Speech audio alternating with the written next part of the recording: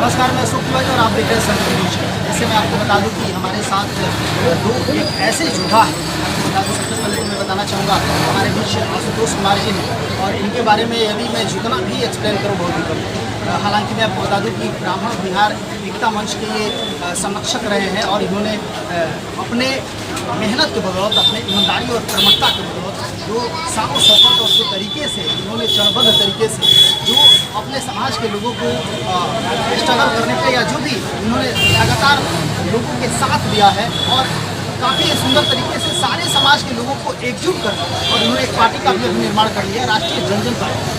और राष्ट्रीय जनजन पार्टी के अध्यक्ष है और इस पार्टी में तमाम वर्ग के लोग जुड़े और जाति धर्म से परे हटके इन्होंने एक अभियान छेड़ा है कि नया बिहार बनाना।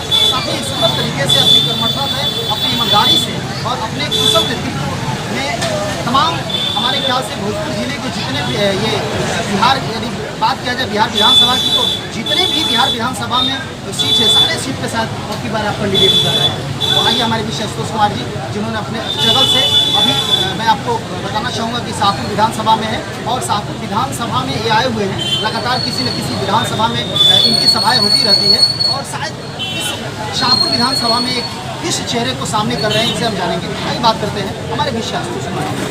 धन्यवाद। आप हमारे दर्शक आपको देख रहे हैं। हालांकि हमारी मुलाकात देवचंदा में हुई और आपके प्रखर और आपके जो ओजस्वी भाषण उसको मैंने देख के काफ़ी गदगद हुआ, काफ़ी अच्छा लगा और निश्चित तौर से सराहनीय कदम है। आपने बिहार के नए निर्माण के लिए अपने ठाना है। क्या बताना चाहेंगे कि आपकी पार्टी की क्या डायरेक्शन है? सर, इस कोरोना काल में हमने तो एक पीआईएल भी दायर किया था हाईकोर्ट में कि बिहार जैसा राज्य जहाँ पर लिटरेसी रेट सबसे कम है, जहाँ पर आबादी बहुत ज़्यादा है, जहाँ पर गरीबी भुखमरी सबसे ज़्यादा है, वैसे राज्य में कोरोना काल में चुनाव का एक्सपेरिमेंट करना ये तो अपने आप में हास्यास्पद है। लेकिन नीतीश जी भी चाह रहे हैं, वर्तमान सरकार चाह रही है कि हम इसी पर हमारी बेड़ा पार हो जाए, इसी कोरोना काल में कोरोना के नाव पर ही चढ़कर हम अपनी नैया पार कर लें। लेकिन हमें नहीं लगता क्योंकि अब तो डिजिटली ज़माना है और हर हाथ में एंड्रॉयड सेट है, मोबाइल है, शिक्षा करने वाले भी लोग मोबाइल से यूज करते हैं और इनके कर्मों का जो समाचार है आदान प्रदान सोशल मीडिया के माध्यम से। अब ऐसे काल में जो बड़ी बड़ी जहाँ पर जनसभाएँ नहीं हो सकती है तो हम डिजिटली अपने आप को स्ट्रॉन्ग कर रहे हैं। वर्तमान समय में ये कहते हुए आपको बड़ी खुशी हो रही है और आप लोग भी आए दिन सर्वे करते हैं, खासकर आप मीडिया से हैं। और वर्तमान में हम तमाम जो भी सक्रिय राजकीय पार्टियाँ बिहार में हैं सोशल मीडिया पर उनसे वर्तमान की बात करें। लेकिन यदि बात करें 1 महीने के बाद तो हो सकता है कि हमसे बीजेपी पार्टी होगी, क्योंकि उनके पास तो बहुत सारे 33,000 पेड वर्कर जो कि उनका काम ही है कि फलाने स्टेट में चुनाव खत्म हो गया, फलाने स्टेट की तरफ मूव करो, फलाना स्टेट का चुनाव खत्म हो गया, ये पेड वर्कर रखते हैं। लेकिन फ़र्क होता है सर, जो पेड वर्कर होता है और जो जिसका अंतरात्मा से लगाव होता है, जो दिल से काम करता है और जो पैसे लेकर काम करता है, ये दोनों में काफ़ी फ़र्क होता है। जो 8 घंटा ड्यूटी के हिसाब से करते हैं और हमारे जो समर्थक हैं, हमारे जो चाहने वाले, जो पार्टी के चाहने वाले लोग हैं, जन सेवक हैं, वो सुबह उठते हैं राष्ट्रीय जनजन पार्टी के अध्यक्षों के साथ और रात को सोते भी हैं। तो ये कहना कि भविष्य में कौन आगे निकलेगा ये तो बड़ा कठिन है। लेकिन हम लोग अपने स्तर पर ग्रामीण क्षेत्र में खासकर हमारी योजना है कि युवा नेतृत्व को बहुत मौका दिया जाए और 50% हम लोग सीट युवाओं को देंगे। बिहार में सर पिछले 40 वर्षों से युवा नेतृत्व पैदा करने वाली फैक्ट्री पर जो जेपी जी के छत जो पार्टी के जाने वाले लोग हैं, जन सेवक हैं, वो सुबह उठते हैं राष्ट्रीय जनजन पार्टी के अध्यक्षों के साथ और रात को सोते भी हैं। तो ये कहना कि भविष्य में कौन आगे निकलेगा ये तो बड़ा कठिन है। लेकिन हम लोग अपने स्तर पर ग्रामीण क्षेत्र में खासकर हमारी योजना है कि युवा नेतृत्व को बहुत मौका दिया जाए और 50% हम लोग सीट युवाओं को देंगे। बिहार में सर पिछले 40 वर्षों से युवा नेतृत्व पैदा करने वाली फैक्ट्री पर जो जेपी जी के छद में अनुयायियों ने जो ताला बंद कर रखा है, उस ताला को तोड़ने का समय आ गया। और हमने ये कसम खा रखा है कि हम आजीवन चुनाव नहीं लड़ेंगे। लेकिन हमने ये भी कसम खा रखा है कि बिहार के 243 विधानसभा से जब तक युवा नेतृत्व को जितवाकर विधानसभा नहीं भेजेंगे तब तक अपने कदम को नहीं बढ़ेंगे। जानना चाहेंगे कि तमाम दर्शक आपको निवेदन करते हैं क्या आपकी पार्टी का एजेंडा क्या है, कैसे बिहार के लोग आपको साथ दें? बिहार में विकास राष्ट्रवाद की राजनीति होनी चाहिए। अब सर मंडल कमंडल, अगड़ा पिछड़ा, दलित, फॉरवर्ड, हिंदू मुस्लिम की राजनीति से बिहार बहुत ऊब चुका है और यहाँ केवल अब वही टिकेगा जो विकासवाद की बात करेगा, जो रोजगार की बात करेगा, जो भ्रष्टाचार मुक्त बिहार की बात करेगा, जो अपराध मुक्त। सर एक मुख्यमंत्री के पास इतना ठंडा होता है, इतने संसाधन होते हैं तो अगर चाहे तो 48 घंटों के भीतर अपने प्रदेश में अपराध पर पूर्ण विराम लगा सकता है। लेकिन वो क्यों लगाएगा? उनके आधे से ज़्यादा विधायक तो अपराधी हैं, उनके बदौलत वो सत्ता में बैठे हुए हैं, जो जेल में रहते हुए भी चुनाव जीतते हैं, आपने देखा होगा। तो ये अपराध पर पूर्ण विराम नहीं लगाएंगे, इसलिए आपको हर रोज़ इस बिहार में 1 दर्जन से ऊपर बलात्कार केस और 1 दर्जन से ऊपर हत्या के मामले हम लोगों के पास पहुँचते हैं और न जाने कितने और पुलिस प्रशासन के थानों में पहुँचते हैं और कितने तरह के मामले। आप यदि बिहार से मुख्यमंत्री हैं तो आप क्या? सबसे पहले तो इनके जितने भी भ्रष्ट पदाधिकारी हैं चुन कर उनको जेल में डालेंगे। जिन्होंने बिहार को लंगड़ा अंधेरा बना दिया है, इनके पदाधिकारियों ने, सरकारी पदाधिकारी, यहाँ व्यवस्था चौपट कर दी है, लोकतंत्र का गला घोट दिया। यहाँ जनता को बोलने का कोई अधिकार नहीं है, उनके सारे अधिकारों को छीन लिया गया। बाबू जिनके कुर्सी पर बैठे हुए हैं उन्हें लगता है कि हम ही मालिक हैं और हम ही बिहार के राजा हैं। ऐसा नहीं है। आपके ऊपर जो मालिक बैठे हुए बिहार के मुख्यमंत्री, उनको भी राजा बनाने वाला इस देश की राज्य की प्रजा है, प्राथमिकता उसको मिलनी चाहिए। आप सेवा करने के लिए बात करें। इनके जितने प्रशासनिक अधिकारी हैं आधे से ज़्यादा भ्रष्ट हैं। इन तमाम लोगों के ऊपर FIR होना चाहिए और तमाम लोगों को लाल पट्टी का अंदर होना चाहिए। बिहार को इन्होंने कोढ़ बनाया है, बिहार को इन्होंने लंगड़ा अंधेरा अपाहिज बनाया है। सबसे बड़ी भूमिका आज जितना लोगों को अपराधियों से डर नहीं लगता है, उससे ज़्यादा लोगों को पुलिस प्रशासनिक अधिकारियों से लगता है। ऐसे क्या बात है? बात करें राष्ट्रीय जनता पार्टी लगातार सुर्खियों में हम देख रहे हैं कि हर जगह आप अपनी सभाएं कर रहे हैं और इस कोरोना काल में भी लोगों का मदद करने का आप लोग काम कर रहे हैं। 243 सीट पे आप चुनाव लड़ा रहे हैं, जैसे पार्टी का एजेंडा क्या बताना चाहिए? सर पार्टी का एजेंडा हमने कहा कि बिहार में रोजगार से बड़ा कोई एजेंडा नहीं है। हम लोग सर ये हमारी कोशिश है और हमने जो रोड मैप तैयार किया है कि जिन क्षेत्रों में उद्योग धंधे के अवसर हो सकते हैं वहाँ पर हम लोग छोटे से बड़े यानी 2 लाख से लेकर 2 करोड़ तक का हजारों उद्योग धंधे लगाए। खास करके खाद्य संबंधित, यहाँ की मिट्टी यहाँ की उपजाऊ है और हमारे लोग दूसरे राज्यों में जाकर अपना भरण पोषण, अपने बच्चों का भरण पोषण करने को मजबूर है।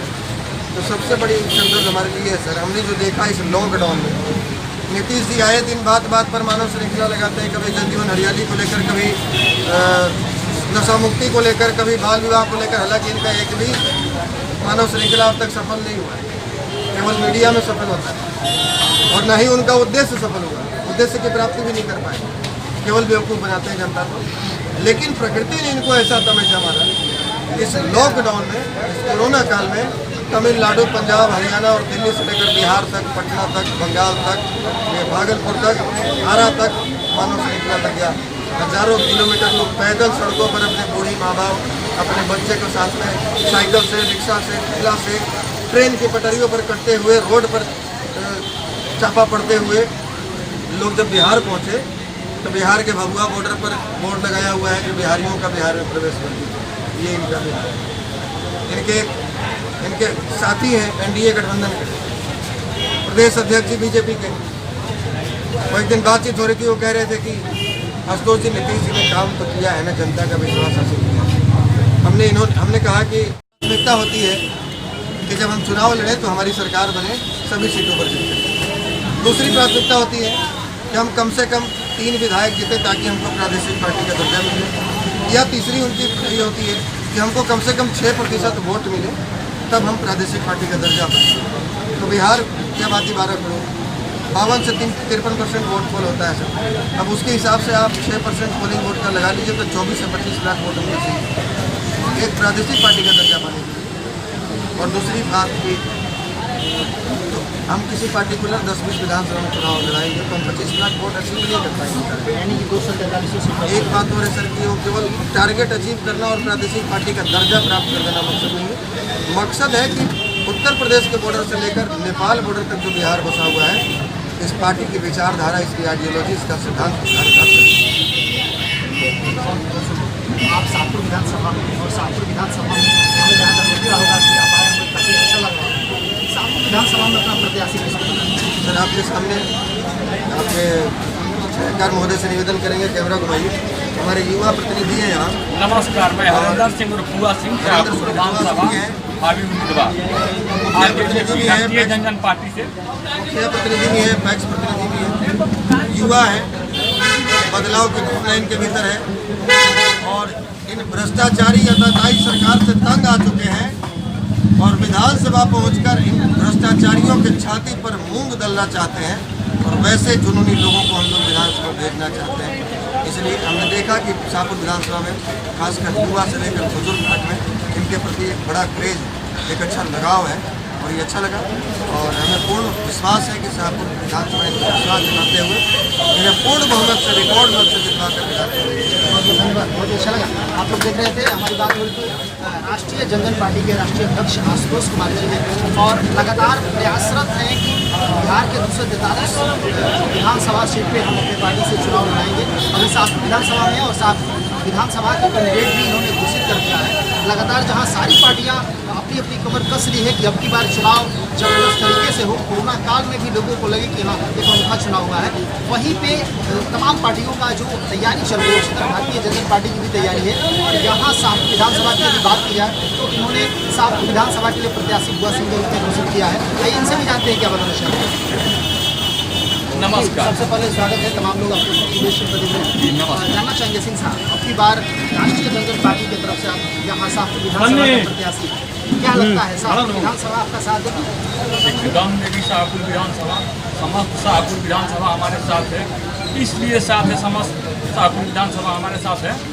इस कोरोना महामारी में या इसके पहले का रिकॉर्ड उठाकर देखा जाए या आज तक का, प्रेजेंट विधायक से लेकर सांसद से लेकर सभी सरकार को हम दावा के साथ कह रहे हैं, इस कोरोना महामारी में इनका सरकार कहाँ था? जनता का सेवा करने के बजाय ये लोग एसी में बैठे थे और पैसा अपना जान बचाने के लिए अपना सारा कुछ ये राजधानी में बैठकर बिता रहे थे। हम लोगों ने संघर्ष के साथ, जनता के साथ कदम में कदम मिलाकर कोरोना महामारी में काम किया है, एक अच्छा काम किया है।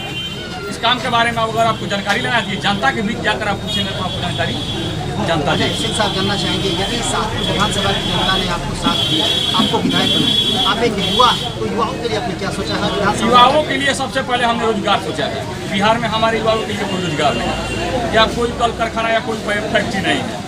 सबसे प्रथम मूल्य चीज़, प्रथम टारगेट हम लोगों का है युवाओं का रोजगार चाहिए। युवाओं का रोजगार ही नहीं रहेगा तो अपने माता पिता का सेवा और पोषण पालन करने में सक्षम नहीं रहेंगे। प्रथम युवाओं का रोजगार ही सबसे मूल्य चीज़ है हम लोगों का टारगेट। रोजगार चाहिए युवाओं को।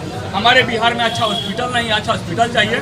हमारे बिहार में अच्छा कॉलेज नहीं है, जिस कॉलेज के कारण से प्रदेश में जाते हैं, अदर स्टेट में लोग जाते हैं। ये सारी व्यवस्थाएं हमारे बिहार में लाने के लिए हम लोग परिवर्तन का चाह रखते हैं। हम लोगों ने संकल्प लिया है कि बिहार को परिवर्तित करेंगे हम लोग, और परिवर्तित हो चुका है। जानना चाहेंगे क्योंकि आप एक मुखिया प्रतिनिधि भी हैं, अध्यक्ष भी हैं, और अब की बार आप शाहपुर विधानसभा के प्रत्याशी, जैसे कि राष्ट्रीय जनजन पार्टी का आशुतोष कुमार जी ने आपको घोषित किया है, तो शाहपुर विधानसभा के लिए आपने क्या सोचा है? क्या क्या करेंगे जो कि अभी तत्कालीन विधायक या पहले के? जी बिल्कुल बिल्कुल बिल्कुल, हम यही करेंगे। पहले के विधायक में और हम में यही अंतर होगा। जैसे में आप पूछे तो हमें बताना पड़ रहा है। इसके पहले अभी राजद नेता ही राहुल तिवारी और मंटू तिवारी हैं। इसके पहले मुन्नी देवी थी, भाजपा नेता श्रीमती मुन्नी देवी थी हमारी। इनका कार्य देख लीजिए। जैसे में कि हम आपको बता दे रहे हैं, एक आदमी का 3 करोड़ों का पुल बना है, ओवरब्रिज।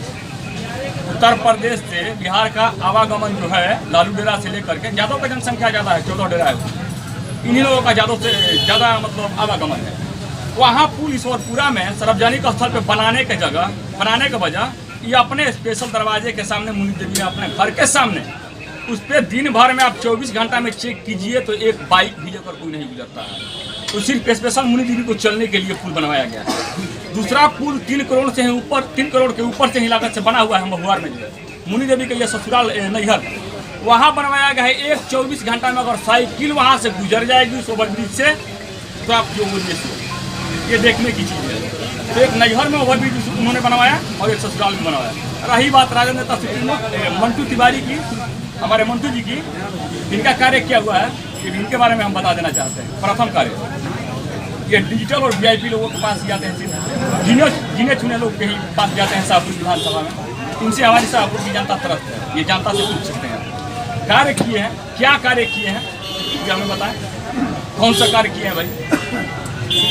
कार्य करने की नौबत इनको आई थी कोरोना महामारी में, जनता को दिखा देने का चीज़ था कि हाँ हम आपके प्रेजेंट विधायक, हम आपके समाप्त खड़ा है, उपस्थित के सेवा में है, आपके साथ हम कदम में कदम मिला कर कोरोना महामारी में साथ देने के लिए उपस्थित हैं।